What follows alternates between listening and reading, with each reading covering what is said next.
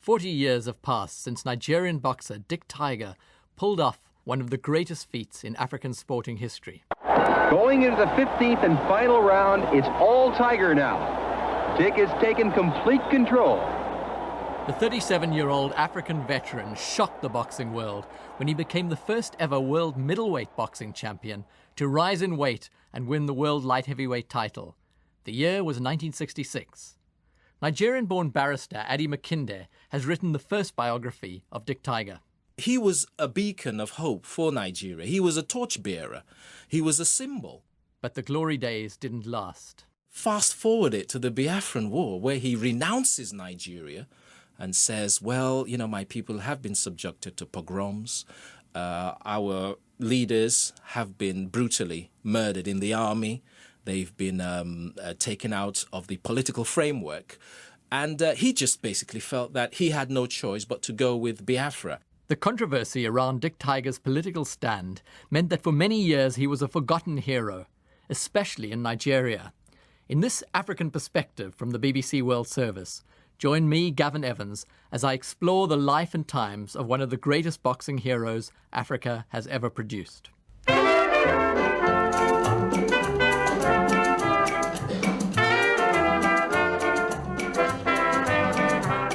Tiger was born on August 14, 1929, in what was then the British Protectorate of Nigeria. He was the third child of Ubuagu and Rebecca Ihetu. His parents gave him the name Richard Ihetu. Tiger spent most of his early years working on the family farm. His first job there was to draw water and fetch firewood from a nearby forest. He also attended the local missionary school, where he was known as a bright, hard-working student. Biographer Adi Makinde says Tiger's early years shaped him as a fighter. He grew up in a city called Aba in Nigeria. And Aba is a place in Igbo land, among the Igbo people. And at the time he was growing up, he would have been greatly influenced by the spirit of optimism and can-doism. And that was reflected in so many facets of their lives. You had these digests known as chapbooks with titles like How to Become Rich, Determination is the Key of Success. And so their lifestyle, the Igbos, they were aspirational. It was based on entrepreneurial and Christian precepts that if you maintained a level of sobriety and a determination, you would succeed in life. So that was what helped him along in his life. Tiger's father was a trader and amateur wrestler. He died suddenly when Tiger was only 13 years old. His mother continued to mind the farm, but money was scarce, and Tiger and his older brothers had to leave school and move to town. There he worked as a delivery boy, walking barefoot along the unpaved roads, pushing a cart full of goods destined for local businesses. Sometimes he would join his older brothers on expeditions to the delta town of Ogoni. They'd buy monkeys, parrots, and cats, which they would train and sell at local markets. Along the way, Tiger developed a reputation as a teenager who could take care of himself in street fights. He was fairly short, but had powerful, broad shoulders. After reading stories about the great American world boxing champions Joe Louis and Sugar Ray Robinson, Tiger decided to try his luck at boxing. Biographer Adi Makinde says he soon acquired his nickname. He was fighting very crudely in Nigeria. I think he was still an amateur. And he was being observed by this Englishman. I don't know if he had a few bits of scotch in his system at the time, but he was very enthused by this aggressive man who was he was short and stocky, so he was jumping up to hit his opponent. And he kind of said the words, "A tiger, that's what he is, a tiger." And so being a Richard, they shortened that to Dick Tiger.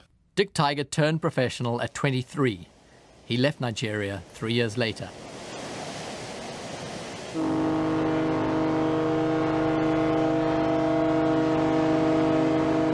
Tiger docked in the coastal city of Liverpool, North England, in October 1955.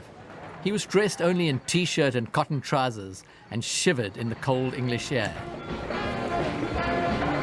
Liverpool was a cosmopolitan city. As Britain's second biggest port, it was the magnet for immigrants from all over the Commonwealth, including West Africa. By moving to England, Tiger followed the path laid by several other leading Nigerian boxers, among them Hogan Kid Bassi, who went on to win the world featherweight title. Nigerian fighters were welcomed in Britain because they were prepared to accept less money from the promoters than local boxers.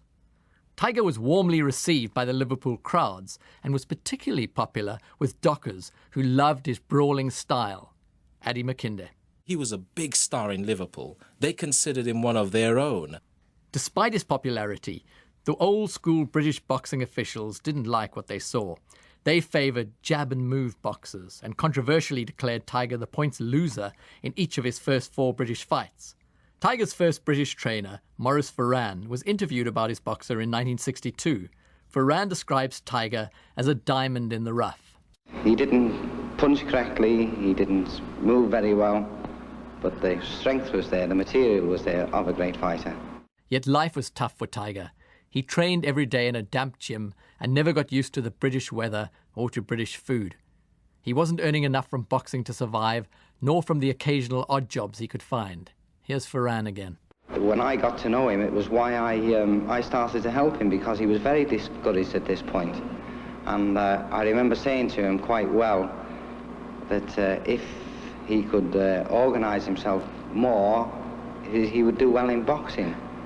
And but at that point he was very disheartened, because he'd lost a few fights and living conditions were very hard. He had a very hard job and he didn't seem to be getting anywhere. And I think he was thinking about going back to Nigeria.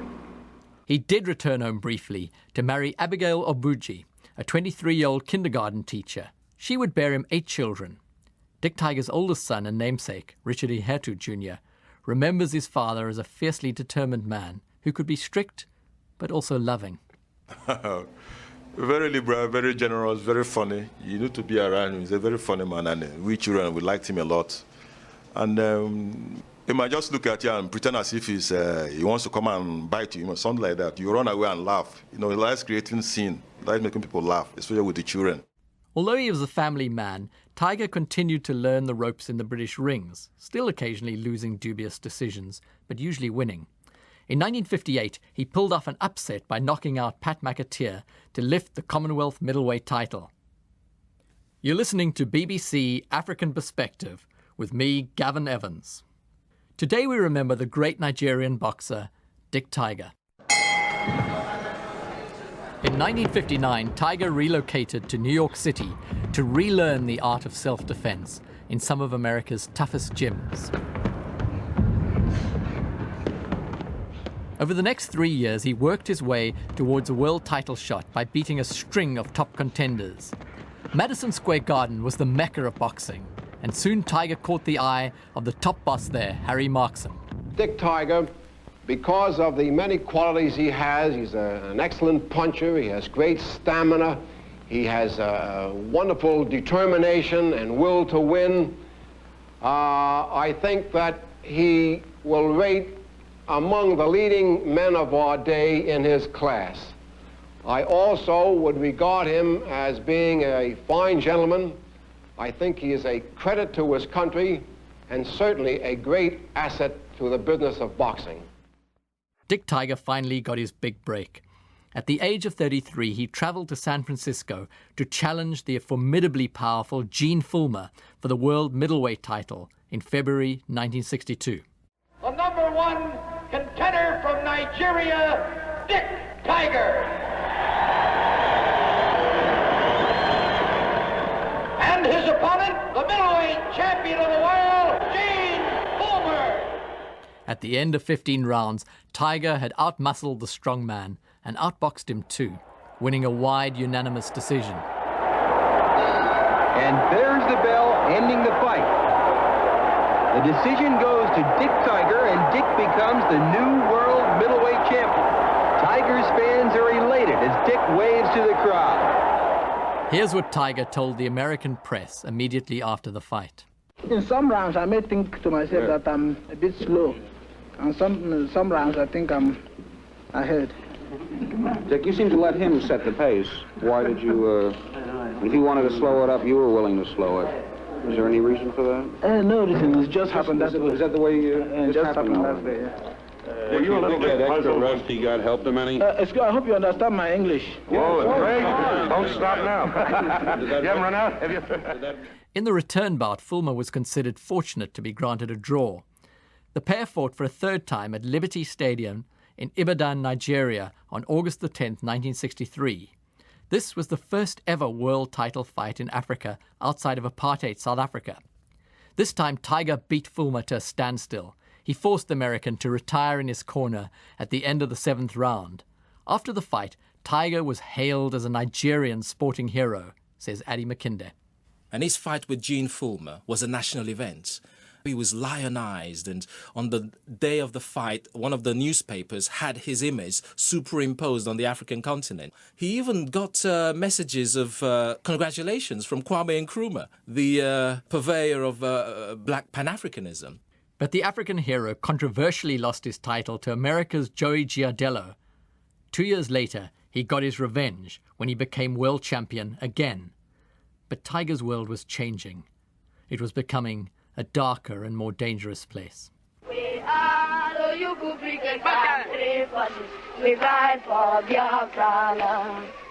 We are sure, we are sure, we are sure to win the war. We are sure, we are sure, we are sure to win the war. We are. Civil war had broken out in Nigeria. It pitted Tiger's Igbo people in eastern region of Biafra against the federal government.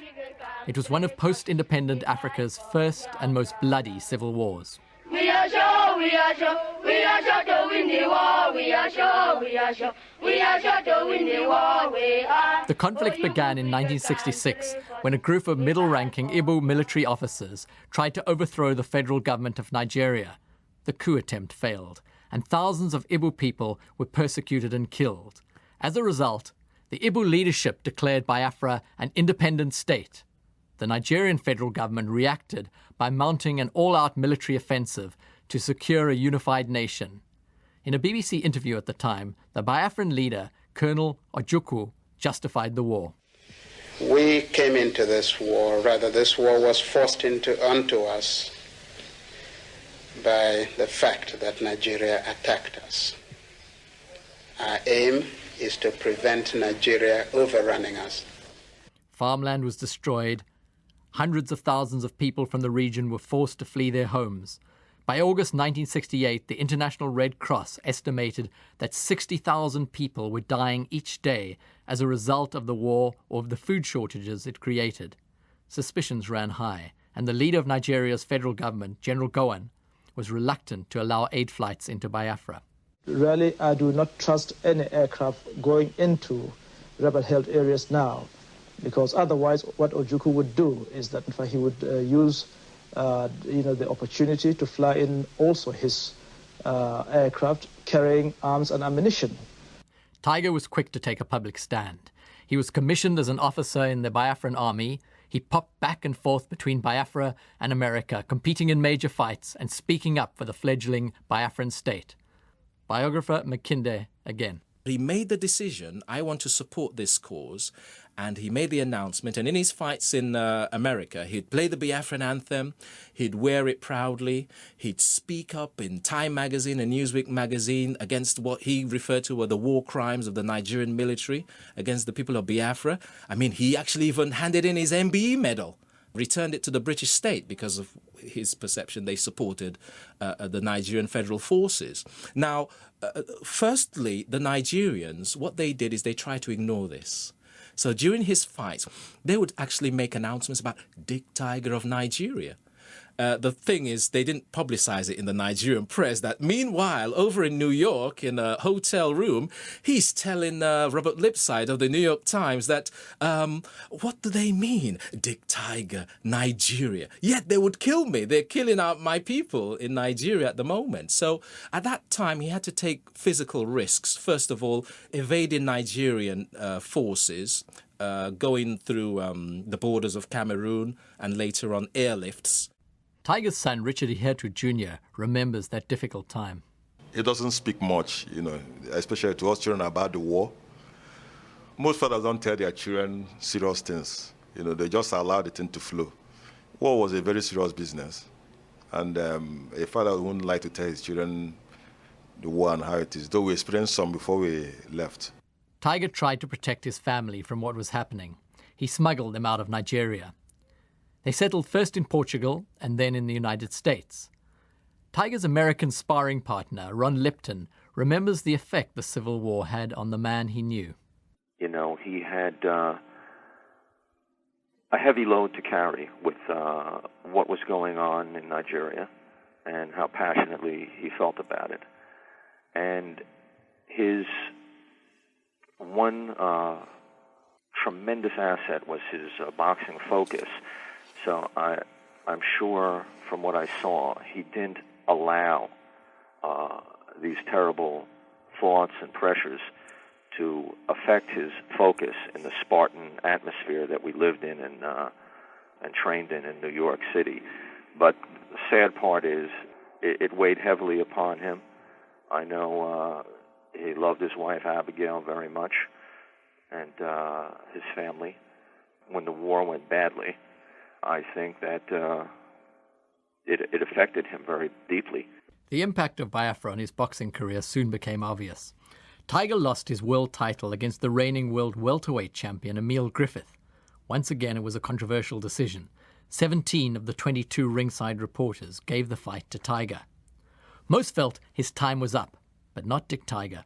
Instead of retiring, he decided to move up in weight. In December 1966, he successfully challenged the high-flying Jose Torres for the world light heavyweight title. Torres was a slick, hard-hitting Puerto Rican with just one loss in 41 fights.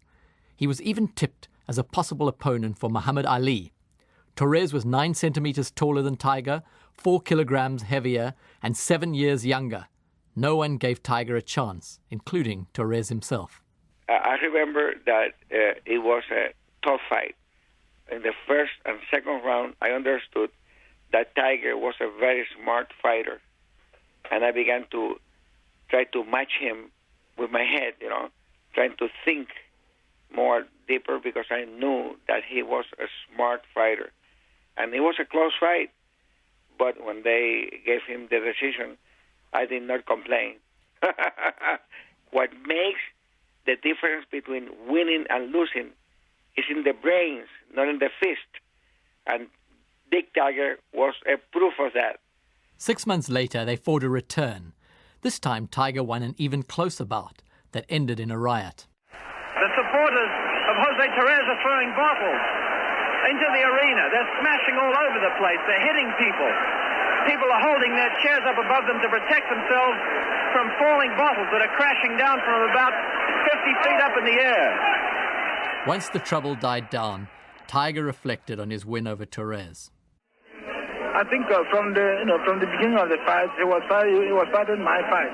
This time, instead of him standing up, he was low, because he knew last time I fought him, I was punching him down, but I still got him downstairs.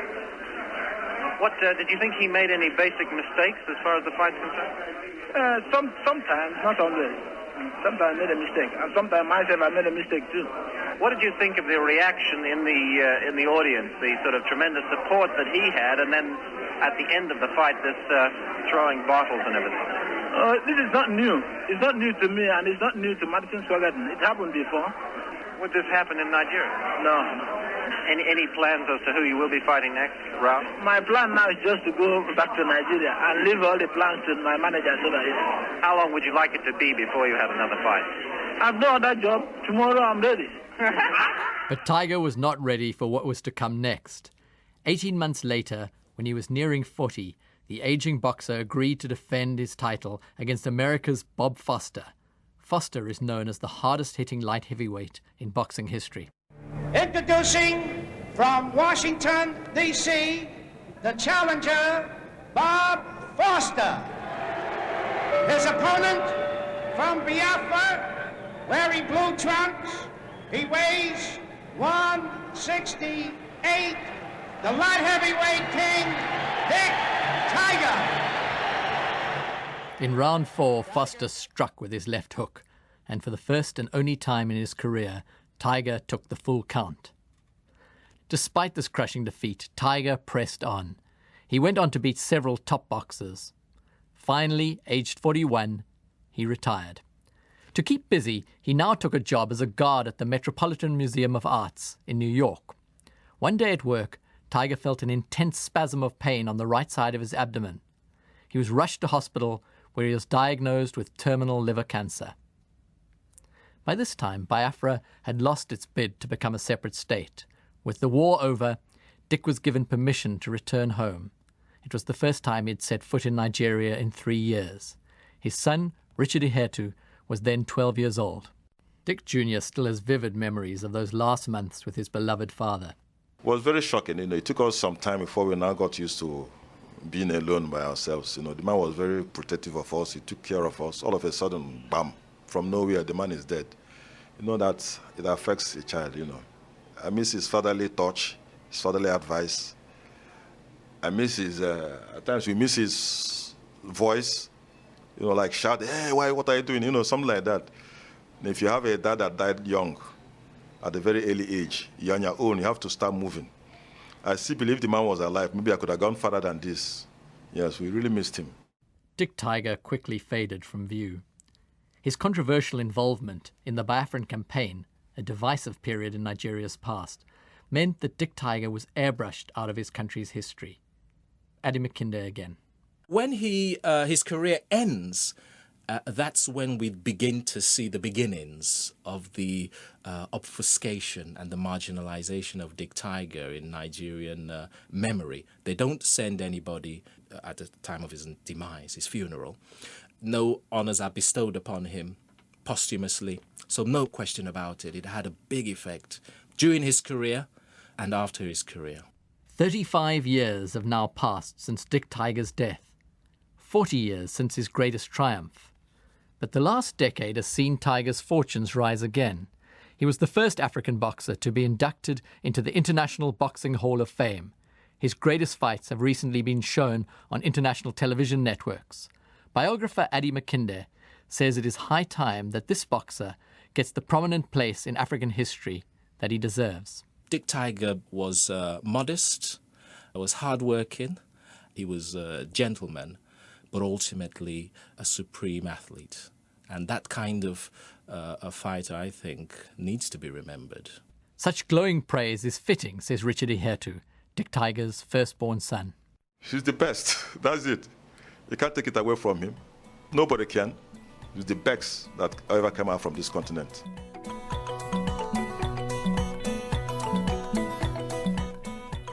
I'm Gavin Evans. You've been listening to African Perspective from the BBC World Service.